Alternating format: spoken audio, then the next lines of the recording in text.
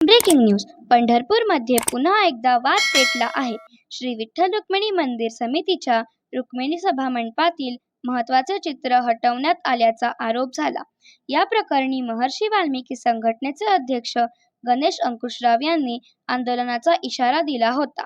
मात्र पाहणी दरम्यान तेच चित्र तुकाराम भवन येथे धुळीत पडलेल्या अवस्थेत आढळले आणि योग्य जतन नसल्याचे दिसून आले. ही चित्र भगवताचार्य कैलासवासी वाना उत्पात महाराज यांच्या पुढाकारातून सुमारे 45 वर्षांपूर्वी चित्रकार कैलास शेट्टे यांनी भक्तिभावाने साकारली होती.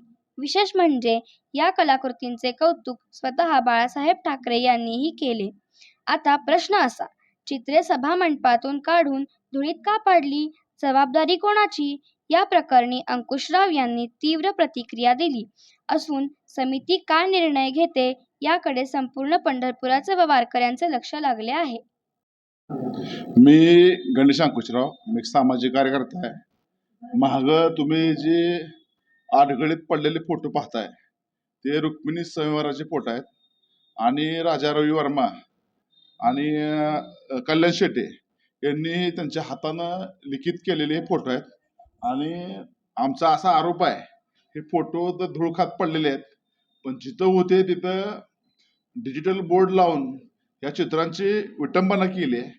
फोटो फाटलेले आहेत, त्यावर धुळला आहे आणि प्रचंड घाणी साम्राज्य ज्या कलाकारानं कित्येक वर्ष अब्दून पेंटिंग तयार केली त्याची अवस्था तुम्ही बघा. छत्रपती शिवाजी महाराजांचा पण फोटो दिसत नाही इथं, भक्त पुंडलिकाचा नाही, संत नामदेवाचा नाही. अनेक जे हस्तलिखित फोटो ते प्रिंटिंग केलेले सगळे गायब आहेत असा आमचा आरोप होता. आता आम्ही ती जागा हुडकून काढली आहे आणि तुकाराम भवनच्या इथं आडगळीत ही टाकलेलं आहे.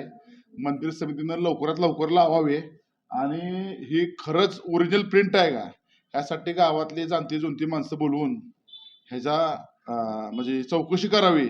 मूळ प्रिंट आहे का कॉपीराईट आहे ही पण बघणं गरजेचं आहे. आणि मंदिर समिती तसं न केल्यास आम्हाला तीव्र आंदोलन करावं लागेल.